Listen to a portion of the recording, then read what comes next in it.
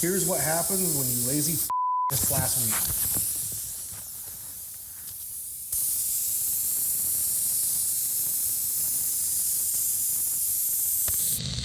This time on Graveyard Carz, the parts room desperately needs an order to prepare for the assembly of the newly arrived 1971 Cuda convertible.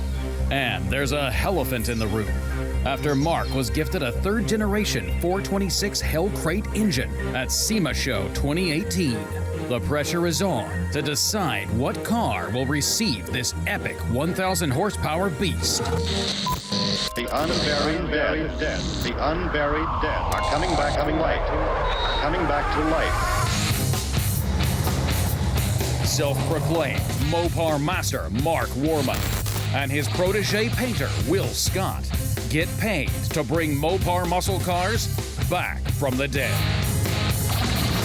They work with Mark's daughter Alyssa and his cousin Dougie. They're willing to travel anywhere to retrieve a customer's car, detailing how it lived its life and how it died. After that, they bring it back to make it look just like it did the day it was born.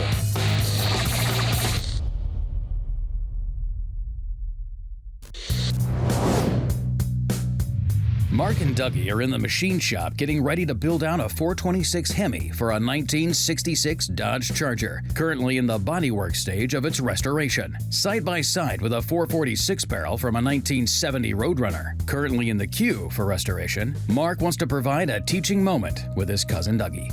So what I wanted to do was take a minute and talk about the cylinder head, the main difference in that cylinder head and in the pistons between the wedge and the Hemi. So, why are you just gazing? What? No, you're okay. I just wonder why you're...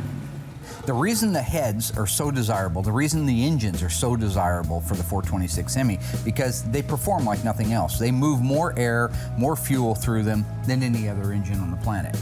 Now, when we turn them over, first thing you'll notice, two things. Look at the dome up in here. Look at the CCs inside that head versus the wedge. Two, take a look at the intake and the exhaust valves. Those are big, those are huge. What is the measurement of that? The intake? Yep, intake right there. 202? 225. I got it. Yeah, it is. Okay, I'm glad you got your notes down there. Do you know what the size of the exhaust valve is on the 426 Hemi? 194? 194, that's right. Oh, I got You know one. the answer, you should throw it right out there. What is the intake valve size on the 440 wedge? I don't remember. Well, look at your cheat sheet. Oh, it's down there. Well, it hasn't moved. 174 and 208. 174 and 208. Very good, Doug. What?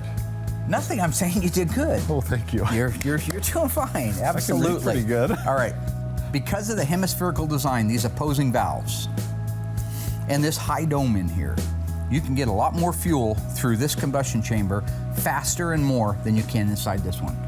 All right? Mm-hmm. So when we bolt this on the car, that piston is going to come up into this area. This one, it lays flat. But when these valves open up, they're going to want to hit the piston. So on the 446 pack, because of the 10.5 to 1 compression, they put fly cuts in those pistons. All right? So let's talk about the dome piston and the flat piston on the wedge. So on the Hemi, you see how high that dome is. All right? This thing produces 10.25 to 1 compression ratio. Now our 440, being it's a 6-pack engine, uses a different piston than a 440 Magnum. The height is different, and that ends us up with a 10.5 to 1 ratio. So the 440 actually has higher compression ratio than the Hemi. And the way they did it is they brought the height of this piston all the way up to here. And that goes and fits up inside the dome of the cylinder, right? The combustion chamber. But if it didn't have this cut and this cut, then the valves would just punch holes in the pistons, right? Mm-hmm. So they figured it out that if this is the finish height of the piston when it's all done, and the heads are the stock CCs, and you cut this right here, it gives you the end compression ratio of 10.5 to 1, which that's a lot sexier looking piston, by the way. Yes, it is. Would you say so? I would. Did your 340 have those in it? His stories about his 340 always cracked me up. 12 to 1. Yeah, right? 14 to 1. Yeah. Yeah, it would actually run on water. The compression was so high it would run on water. But for some reason, my 1970 Dodge Charger with a 440 Magnum would walk the tail end off of the old girl. No comment. Okay. Over on the wedge engine, you got a flat-topped piston, but the height of it comes up so far. You see how it's flush against the deck right there? Uh-huh. It has to fly cut them. Just like those are fly cut a little bit, these are fly cut for the intake and the exhaust valve. So which one of those would you say that one accommodates? You know the answer, just shoot it right out. Exhaust. Okay, no, this one's going to be the intake, and that one's going to be the exhaust. Because isn't the intake valve bigger than the exhaust valve? Uh-huh. So probably the hole would be bigger too, right? Yeah. Okay. The fly cut? The fly cut, yeah, sure, the fly cut. We can call it that if you want to. So you this- see that they're a little different, right? That's a little bigger? A little bit, sure it is, sure it is. With that, we will take this over, and what do you think about putting a cylinder head on this engine right here? You like the sound of it? Yeah. You think this is the right gasket? Uh-huh. You like it? Yeah. All right. Well, let's lift that bad boy up. Yes, sir. Yeah, she's a weighty old girl. Okay, right down. Okay, so before you can actually torque the head down, put all the bolts in and torque the head down on a 426 Hemi, you have to have the rocker shaft assembly in place. And this is different than a wedge engine. On a wedge engine, the rocker shaft can bolt in after the head bolts are in place. But on this one, the actual head bolts themselves will go down through the rocker stands, 5 of them anyway, and then the rest of the bolts and studs will go into place. The other thing about the 426 Hemi, unlike the wedge engine, the push rods are 2 different lengths. So here is an exhaust push rod, and here is an intake push rod. Now Mancini hooked us up with all this stuff because it's hard to find anything good anymore in the way of used original stuff. We're using the ARP bolts because, again, you can't see them. You don't know if it's right or wrong, but these are brand new heavy duty bolts. But if you look here, there's the difference in your height, okay? This is your intake, this is your exhaust. That means that the intake actually rides down further than the exhaust does. So again, making sure you have the intake in the right spot and the exhaust in the right spot before you put them together. So with that, I believe we are ready to proceed. Yeah. Yes, we are. Uh-huh. Did Frankenstein get hold of you? I just noticed that you got a haircut, didn't you? Uh-huh. It looks good, yeah. Thank you. You're welcome.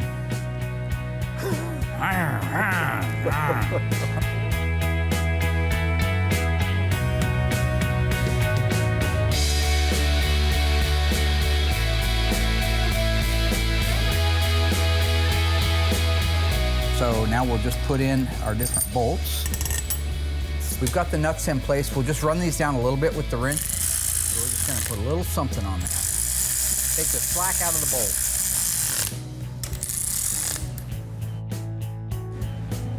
You guys are gonna be listening for the click. Click. All right, number 2. Number 3. Okay.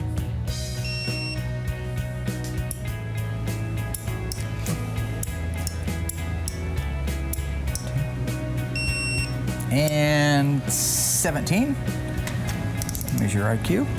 And that goes down there. Oh, you're sweating. Stop it.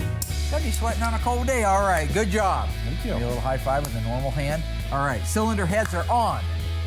Bolted, torqued, rocker shafts next. But that's what I wanted to show you, is the difference between the wedge head and the Hemi head and exactly how you put one on when you're doing it right. So I'm gonna leave you to the rest of them. If you're looking for me, I'll be upstairs asleep. You're a beaut, Clark, a beaut.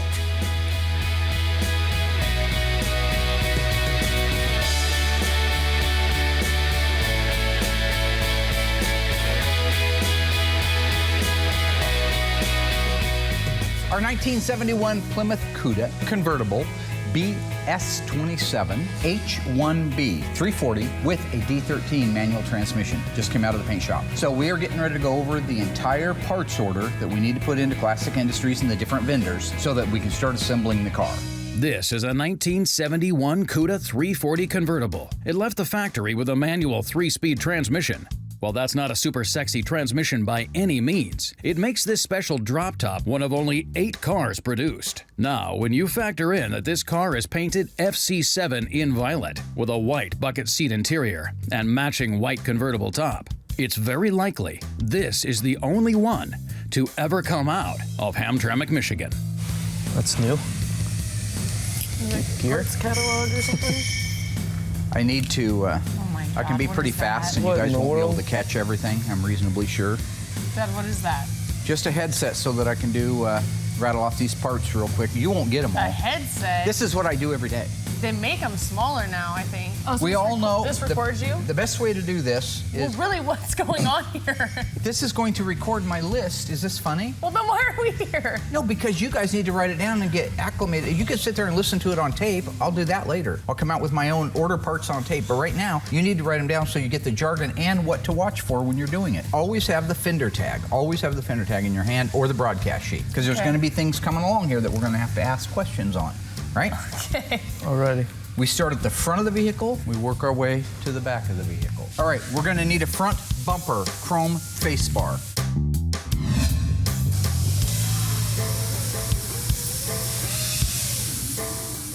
With some new technicians in the shop, Will checks in on the jamming prep for a 1971 Cuda to be painted in rally red. Well, that looks very good. Is it coming off pretty easy? What's that? Is it coming off pretty easy? Yeah, a little bit. So I got Delaney's car moved over to assembly. Car looks great. Mark and I were kind of going over QC and just having just double check a few things before they actually start building the car, just in case an extra set of eyes is always good to have. While we were doing that, we had noticed there was a couple issues on our 1970 Cuda. We have a new guy that had just started. I took him, kind of showed him some of the issues that need to be addressed in the engine compartment, which basically stripping it down to bare metal was just the best way to start, and you could really see what you're working with.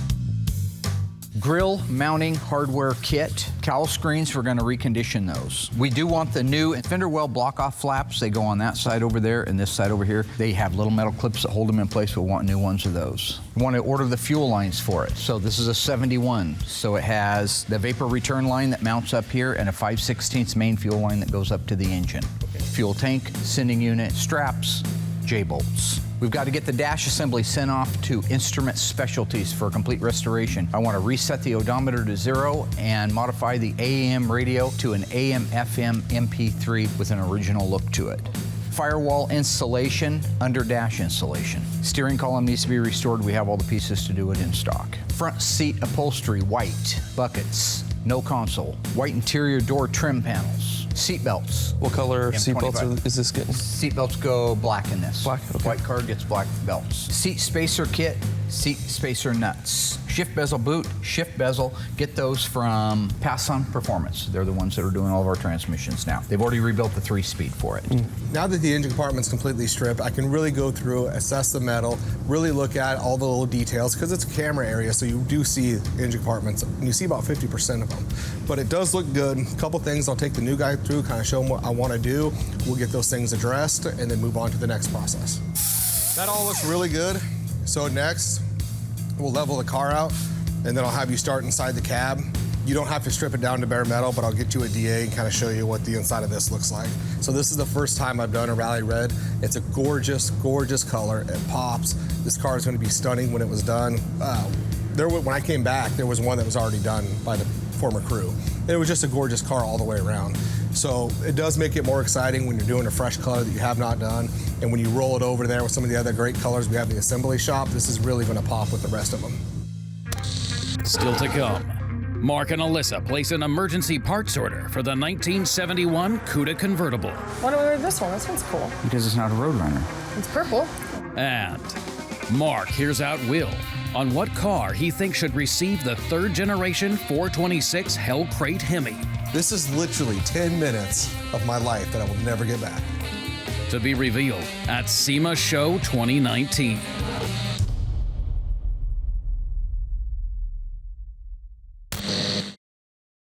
If you walked into a dealership in 1969, the new base model 1970 Dodge Super Bee would have cost you just above $3,000. It came standard with a 335 horsepower 383 4-barrel and a 3-speed manual transmission, making it Dodge's low-priced, power-packed muscle car. Interestingly, the 1970 Super Bee is a redesign from its earlier iterations, which some considered a rebadge of the Plymouth Roadrunner. The most dramatic change was the new front end that consisted of a twin-looped front bumper that Dodge referred to as the Bumblebee wings. As Dick Landy purportedly said, the Super Bee is truly the budget supercar for the man who wants a big car performance without spending a bundle for it. And it's for these reasons that this 1970 Super Bee is our corpse of the week.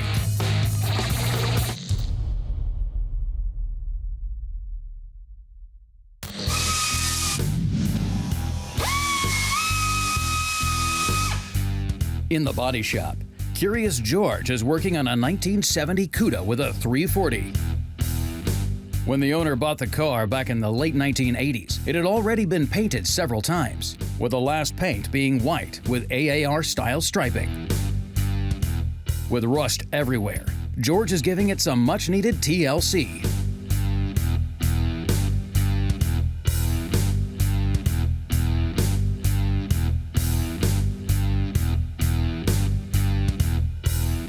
Meanwhile, back in assembly, Mark finishes his perpetual parts order performance.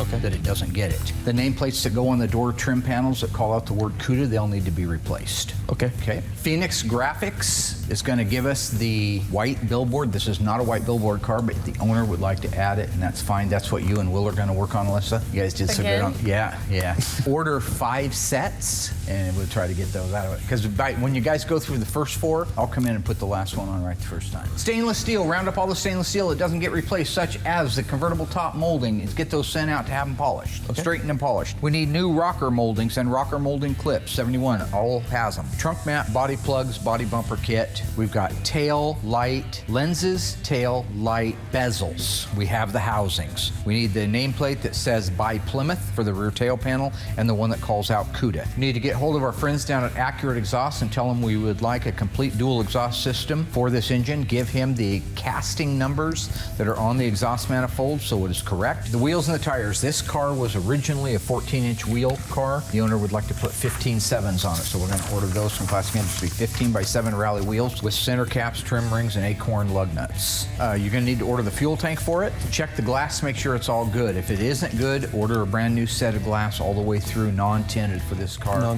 Rear bumper brackets, rear valance hardware. Need the nameplates on the hood that call out Cuda 340. Heater box rebuild kit.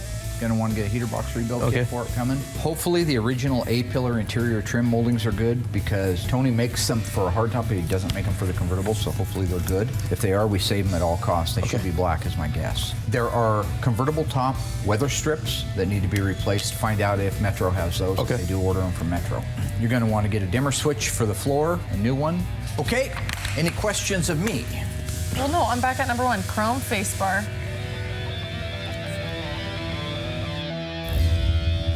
So waiting on Willie right now to show up. I just paged him to the office. I want to talk about Sema 2018, get his feedback on it. I'm also looking to find out what kind of a suggestion he might have for the 1,000 horsepower all aluminum 426 Hemi 3rd generation, the very first one in the world that was given to me. What he thinks we ought to put it in, so. Of course, I paged him 5 minutes ago. It takes him a little while to get up here. He's a very cool cat. Here he comes right now. Little Willie. Little Willie, Willie won't. Hello. Huh? Won't what? Quit drinking alcohol. Mark's called me up to the office. I really have no idea why, but most times it's usually a waste of time, but hopefully it's something good this time. What do you want to see me about? Hi. Sema 2018. Little dead wagon, one of the most talked about vehicles at the show. You're welcome for that. A lot of jealousy going on out there in the world. I don't think so. Sema 18 went great. I'm glad it's behind us. We got the A100 dialed in as soon as we got back. Now that that's done, we got to focus on 19, and hopefully we can start this project, now, as opposed to waiting like 3 months before Sema like we did last year. As you're painfully aware, Mopar let it go. It's 2017. It's the only one they've ever given out. So. It's still old. It's 2017. I think it's time to take that award and just move it outside to the shop because his head's getting bigger every year we do stuff. Mopar, these guys, make sure you can see me too, gave me the very first. I was there. 3rd generation. I was there. All aluminum. I was there. Crate Hemi that produces 1,000 horsepower. I would like to get your feedback on Sema 2019 if you're still here. Why wouldn't I be? Just, you never know. People get a little big for their britches once they get on TV. Yeah, I'll give you that one. They're happy today, and then tomorrow somebody says, "You the man." What do you think we ought to put that 1,000 horsepower bad boy, what you gonna do, what you gonna do when I come for you? Please, man, getting up off edge and the man getting up. What are the lyrics to that song? That's the weirdest song. Well, my favorite car is a 70 Cuda, by far. What would you do with the Cuda, real quick? What color, what transmission? Kind of like a full like resto mod type. Like we did 2 years ago? But complete. You know, the full interior. There was a Charger. Oh, you mean restaurant? You mean customized? The just full, yeah. Full-blown butcher. Okay. Okay, I'm thinking about that. It's becoming more popular. You know, these guys that buy these cars, they're high-dollar cars. They want the comfort of driving a new car while still having the look of an old one. And that's just something we haven't done yet, so I think it would be cool to get on board and kind of go that route on the occasion. There was like a 68 Charger that was down there. I saw it. With the complete interior. Yep. That was cool. It was a wild car. And it was done nice. Actually, thought that was a cool car, and it was done really nice. Yeah, so maybe something along those lines. But, you know, we have done already, we did a muscle car, right? We did the Superbird, we did the Cuda. We are muscle car. Right. I'm with you. I truly want to do a 70 Cuda, full interior of a new car. So full leather, like Recaro seats, all like the inside of your car. Heated seats, and 1,000 horsepower, windows. and then what, beef up the rest of the chassis to handle it? Yep, have Ron come up and do all of his suspension underneath it. And that would be the ultimate car. That's the ultimate car. Yeah. I like it. And then painted a really cool color. I like it. I'm not going to lie to you. I like it. But give me another. No, I like it. No, that's what I want. I'm just looking for 2 or 3 ideas from you before I could choose. Is that all right? No, that's what I want. That's okay. That's like when I came in here for the I know A100. you're used to getting what you want because your parents spoiled you your entire life. But let's say you couldn't have that. What else would it be? You literally age people around you. We do these cool cars, but we never do it to that extreme. So I was really hoping that we'd do something along those lines this year. So give me that's one more. Anything else? Well, if we do, it would be cool to do a truck. It would be cool to do a truck. Yeah. Which truck would you do? Like a Dodge, like a little power wagon. I like your ideas. I'm not going with any of them. I actually already got the car. What I was wondering was what kind of crazy concoctions you're going to have for the next 5 Semas, so you can. You have the car. I want to head that off at the pack. You have the car. Yeah, absolutely. It's outside. So apparently this meeting was a complete waste of time. He's already got the car. This is literally 10 minutes of my life that I will never get back. I wouldn't say that. Well, no, I would say that. I would say that. What's the car? I can't tell you. So why am I here? Meeting adjourned. Why am I here? I wanted to hear what your ideas were for Sema. They have no bearing on anything because you purchased the car already. Oh yeah, I it's had no here. intention of doing anything you said. It's going to be either something from his childhood or something from a movie or something that he's thought up in his head that he's always wanted when he got older. Who knows? I'm just going to think twice before coming in here next time he's going to have a meeting. Hey. What? Mi casa es su casa. I just hope that it's actually something cool and something different than what we normally do. Knowledge is power.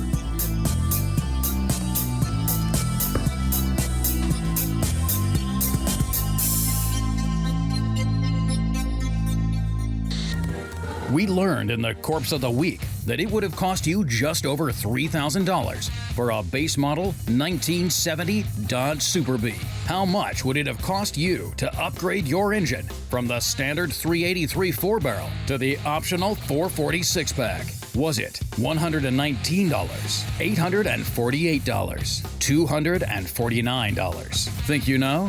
Find out after the break.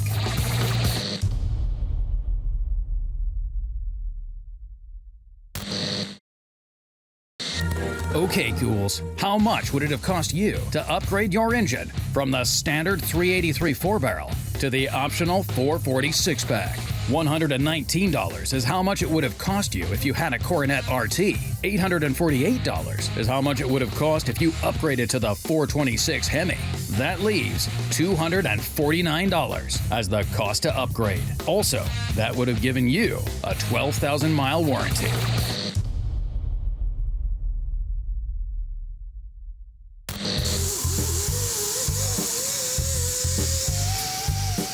Will checks in on the progress of the jamming prep on the 1970 Cuda. All these little grinder marks that he made, they need to be sanded back. So that way when the paint goes on top of it, it just looks cleaner.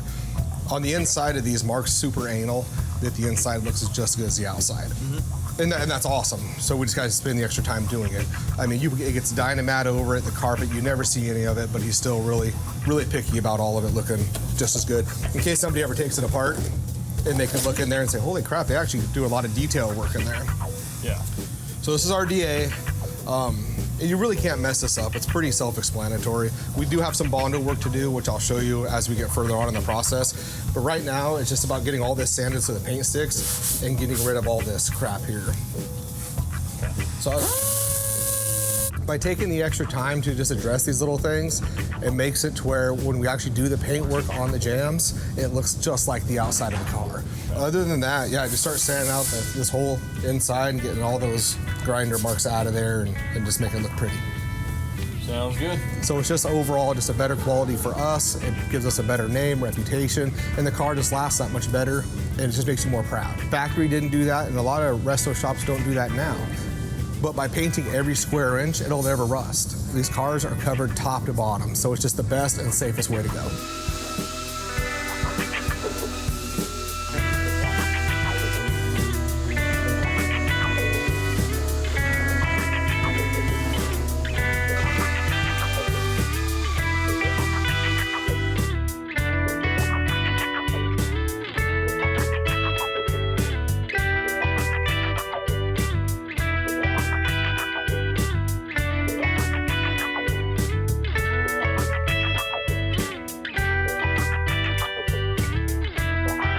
With the 1971 Cuda convertible in the assembly shop and the parts room nearly empty of its inventory, Mark and Alyssa go through the catalog to get the parts they need for the Cuda's final assembly. 70. So we don't have any in stock. Okay, so How many would you? a set. We just need to, let's do one set for inventory and one set for the car. So The only things I'm not wanting to order two of are things that are unique to a car, like white interior. Okay. We could Does be this come in a a year pair? before we ever get another white interior car. I'll just call and order that stuff. Is this the one we just ordered? No, we ordered these Why don't we order this one? This one's cool. because it's not a Roadrunner. Why would we put a Roadrunner horn on a non-Roadrunner purple. car? Yeah. It's purple. If the car's purple. Oh well, it if probably it's looks purple good. and the car's purple, we should put it on there. I am beginning to think that the apple fell way off the tree. Yeah, I've thought that for a long time. Okay, so let's go over to seats, and this is not the White page ones here. right here. These ones are cool. Those are awesome. I love the cutouts on the top too.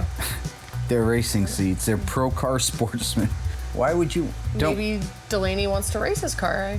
I don't you think asked he him? does. No, why would, if he wanted to race it, then go do the seat later. We're an OE restoration shop. Why would we? I don't. Okay. Okay, well, which ones then? Well, how about the ones that it came with? Oh, here's foams. Okay, let's do the foams real quick because we're going to want to do new seat foams. Okay. 772 E-body. We've got a 71 bucket seat foam per seat or a pair. And this is for our standard interior. Michael David 2012. Let's order two sets of those so we have one on the shelf and one for the car. They are $233.99 for a pair. The seat backs, these I do not like. They do not look very good. These look exactly like they're supposed to. That is going to be a 71 What's the part number? E-body. Well, I'm looking here. I'm looking at color. Oh, Yeah, there's God. still a whole catalog. Can we get some ahead of us. better seats in here? No, these are nice. What is wrong with? What do you want in here? A Like recliner? a back? Yeah, maybe No, something you don't need a back. You need to work work on your posture. so I can be more comfortable.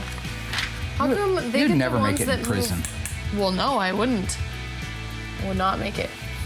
Either would you. See, you're a big guy on campus here, but you go to prison, you're one of the little guys. Oh, am I? I think Graveyard Carz is probably pretty well known in prison. They got closed circuit. Okay. I'll be a celebrity in there.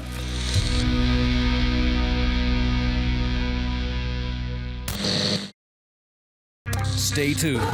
Will begins the jamming of the 1970 Cuda, the first time he's painted rally red. It's just as important to do the inside of the engine compartment as nice as the outside of the car.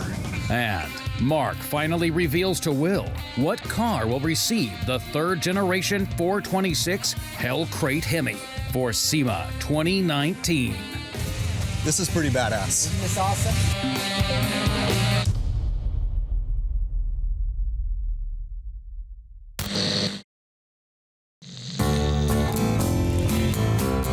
Door trim panels.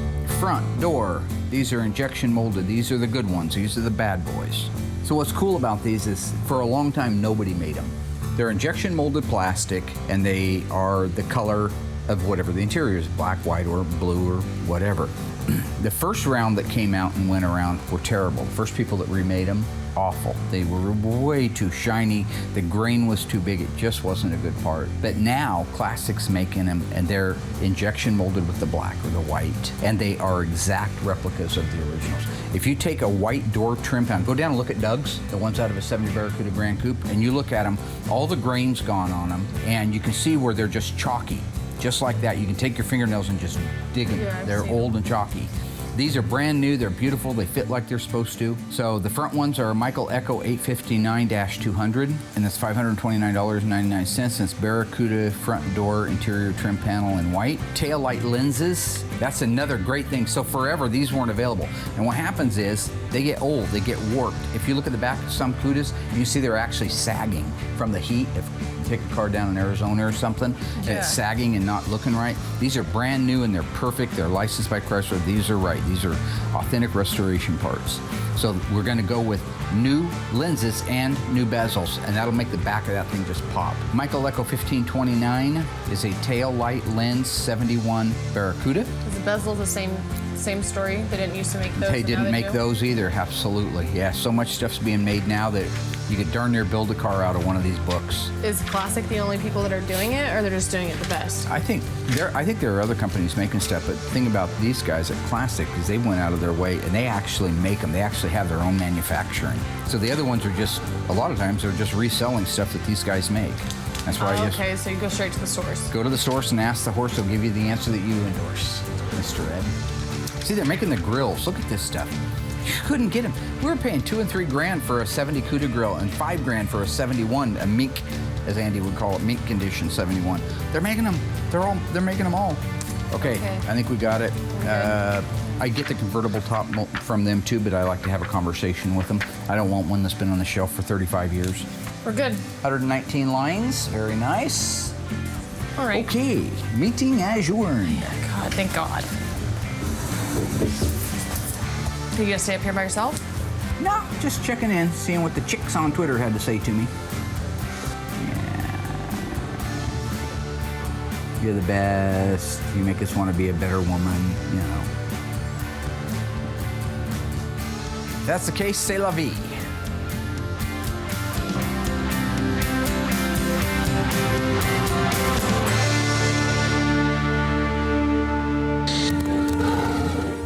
In our Corpse of the Week, many people felt the original iteration of the Super Bee was a rebadging of the Roadrunner. True or false? The Super Bee name was a play on the B-body chassis it's built on. Find out after the break.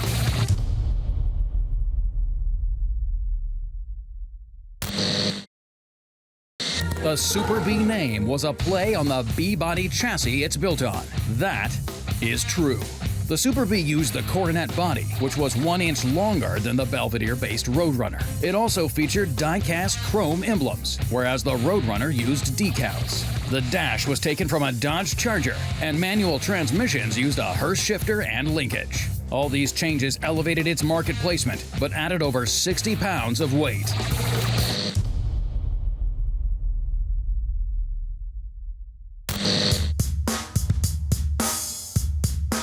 You're in the booth right now with us. We have all of our fenders and our doors for our 1970 Cuda that's going rally red. Gorgeous color. We haven't done red in a while, so it's kind of nice to mix it up a little bit. I'm gonna get these, all the paintwork done on these. Not a whole lot to them. They're all scuffed, sanded, ready to go. Once I get them jammed, they'll be ready to hang on the car. So it's been like 4 years since we've done this color. And the last time we did it was on Marquis Lane as 1970 Cuda. So it's pretty much the same exact cars before, a little bit different, but pretty much the same. So now we're gonna kick you guys out of here and get the color going on these parts. I need to come in here, seam seal just 2 of the seams that I had forgotten to do. Luckily, we caught that before we painted it. This just prevents seam sealing that. It's a pretty good sized seam that's right there. So by seam sealing it, it allows it not to, when it rains, water doesn't get down in your dash area or inside the floorboard. So they just kind of went through, brushed it on there quick, all assembly line type stuff, just get it done, nothing fancy. There's that side.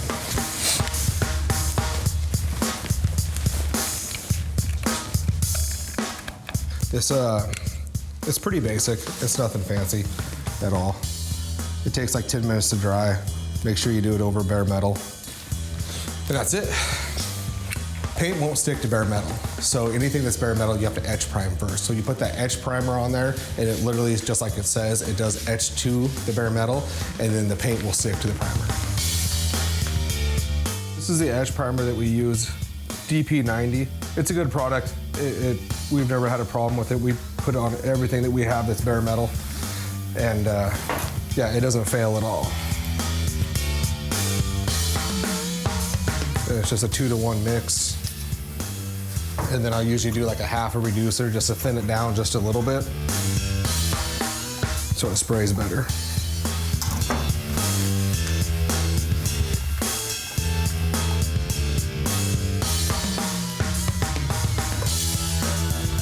So this is just the edge primer. The regular primer that we use is actually a high build primer, and that's what goes over Bondo. This edge primer is just strictly meant for going over bare metal. The high build just means it's super thick, and it's 3 or 4 coats, and it'll have everything covered, and that way we can make the car straight.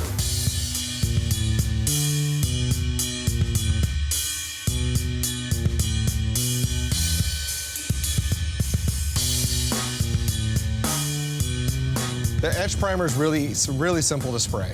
You go in there, make sure it's all wiped down clean. You don't need to spray the etch primer on very thick. Just make sure that you cover all the bare metal, and then that way you don't have to worry about any paint falling off later. Back in the body shop, George continues surgery on the 1970 Cuda 340.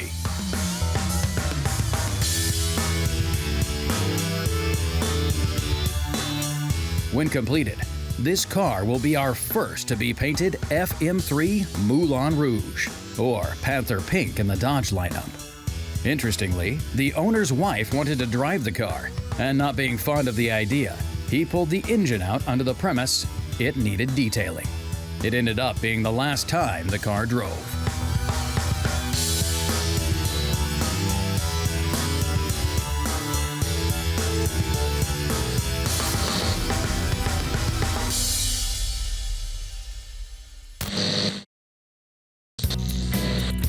In the paint booth, Will adds the last bit of DP90, which gives the pre-paint something to adhere to, and then it's on to the actual jamming with Rally Red. It's time to get the single stage mixed up and make it red. And the car is going Rally Red. It's a gorgeous color. We haven't done it in quite a few years, and we're doing it in a single stage. So it does go a little bit quicker, so you're not having to actually do it base coat, clear coat. You go in 3 or 4 coats, and you're completely done. It's just as important to do the inside of the engine compartment as nice as the outside of the car. So it's one of those high camera areas that just has to look perfect from start to finish. And these guys go to car shows, stuff like that. That hood's always open. People want to look at the engine that's in there, and then you also want to see the quality of the paintwork. Once I get the engine bay wrapped up, we'll hop inside, get the cab done, and then we'll get the trunk done. Then at that point, we can hang this whole thing together, start blocking it for final paint.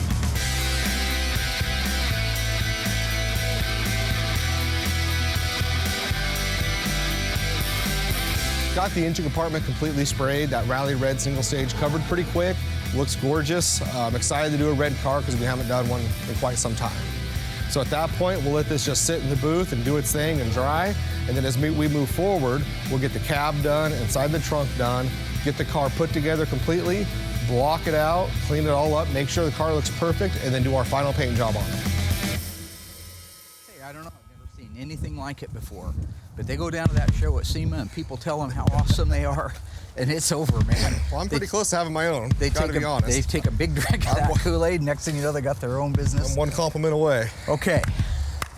This is the staging area right here. It's you cold. Stand here. I'm going to go down. Now, I've got it in a trailer out front. Mark's drugged me out here. We did his little game in the office. Now it's time to come out here, and I guess he's going to show me the car that he purchased for Sema. This is very, very quiet. I need your word that you won't say anything to anybody about it. That's fine. Go get the car. You promise? Yes. You swear on your mother's vision? I'm not going to. My mom. Yeah.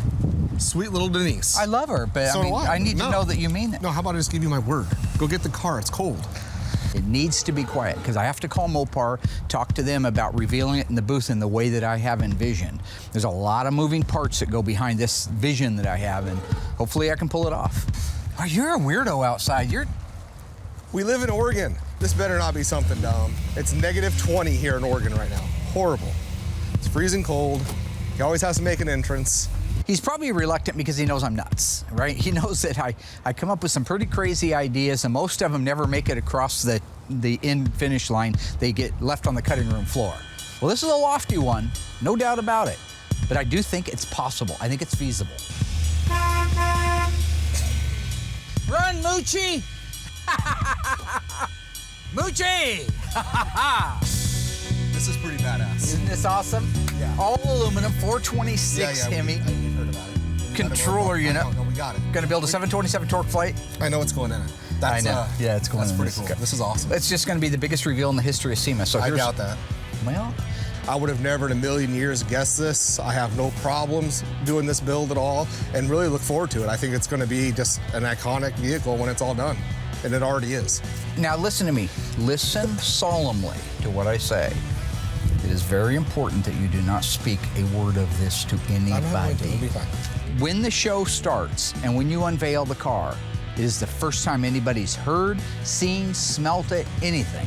That's called a surprise, and that's called the winning edge. And that's why I believe if I can pull this off, it's going to be one of the biggest reveals, if not the biggest, in the history of Sema. So this is the big one. I've got a meeting with Mopar. I've got to talk to them because the reveal that I have planned, I've got quite a few people, as a matter of fact, I have to talk to. Several directors of motion pictures. I have to talk to a couple of film studios down there in that area. Plus, I got to get hold. I don't want to say the names; it'll give it away. Yeah. Okay. Yeah, I think this is very appropriate to receive that 1,000 horsepower motor. It's going to be a pretty big deal. Is this where we ramble on about how great you are for 5 minutes? No, not about doing that. This isn't about me. This is about us. We're a great team. Oh, I believe that. Yeah, we're a good team. Yeah. We are. Yeah. This car is the first of its type. This engine is the first of its type. Nobody on the planet's ever done anything like this. They'll do it after that. They'll all do it after that, and they'll say what a great idea they had. There's only one Picasso, one Rembrandt. Just don't drink your own Kool-Aid. You know what I'm saying? Because in 1974, I can't wait to get started, I was a boss. young kid, had my paper out for 3 years. 3 years I'd been saving up for my Yamaha motorbike when I got it. Yep, I didn't have my parents give me a Yamaha Zinger when I was 2 years old. I earned my stuff. So, might not be relevant, I don't care, it's a point. So.